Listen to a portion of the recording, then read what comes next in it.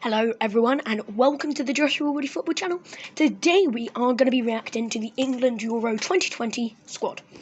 So we have solid 3 goalkeepers, 10 defenders, 6 midfielders and 6 attackers. So let's get straight into it.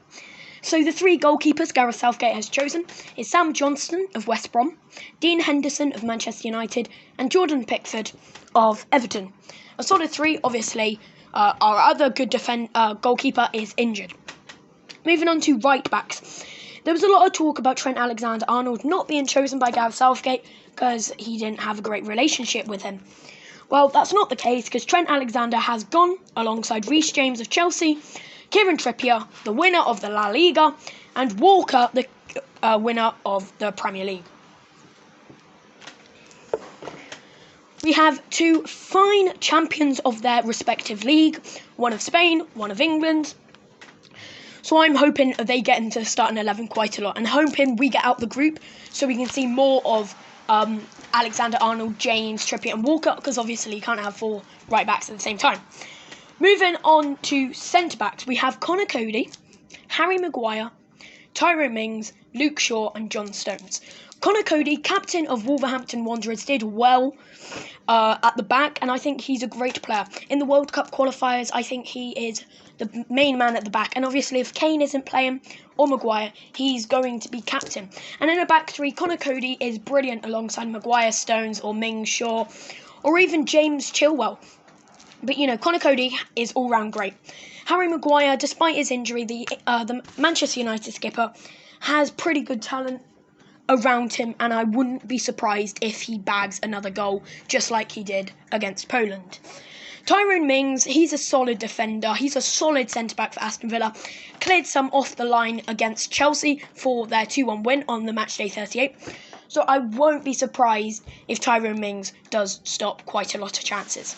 Luke Shaw, this is kind of a controversial one of Manchester United. I would say there's other choices around him. And obviously, another winner of the Premier League, Stones. John Stones has been a perfect defender. Yes, he gave away the ball against Poland in the World Cup qualifiers, but he looked over his shoulder and there was no one there. It wasn't his fault that he gave away the goal, but we still won, so it's fine. Moving on to midfielders.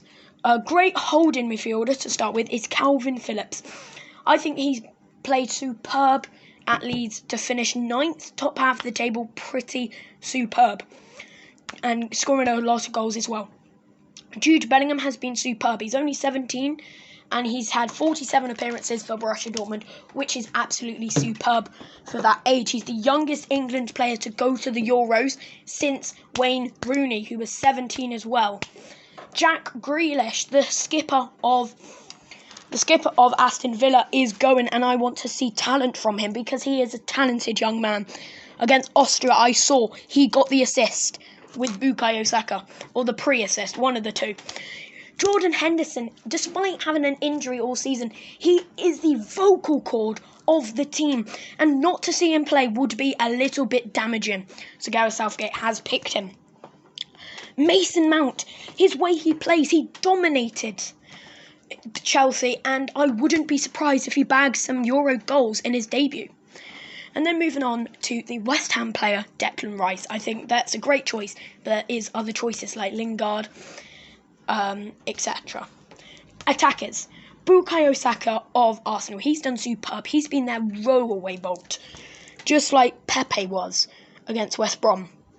If Pepe and Saka weren't on the pitch against West Brom in the Premier League, I think Arsenal may have lost. Arsenal's season was salvaged by Pepe and Saka. And to see Saka score his first goal against Austria last night, for me, was a great accomplishment for the team. Sancho. He's a great player as well. Obviously, he's from Borussia Dortmund as well, so he'll link up well with Bellingham. And I would love to see him bag a couple of goals, just like he did in the DFB Pokal final. Moving on to our 2 strikers in the midfield, in the mid kind of place.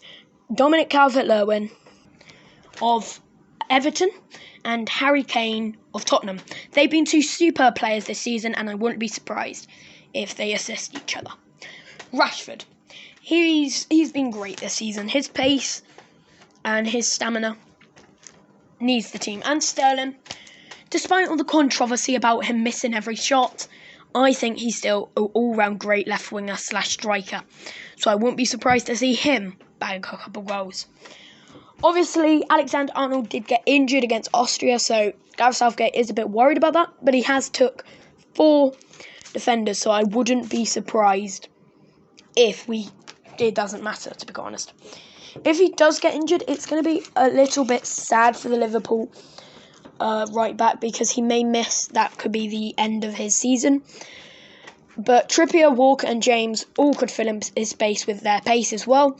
But Alexander-Arnold's whipping in. That corner against Barcelona is the one we will all remember, to put him 4-0 up. Divock Origi's goal from his clever corner kick. So, I wouldn't be surprised if he bags a couple goals. But yes, that is reacting to the Euro squad. You can check out my full 26-man squad in the description down below. But if you enjoyed this video, have a good one, leave a like, subscribe, and I'll see you in the next one.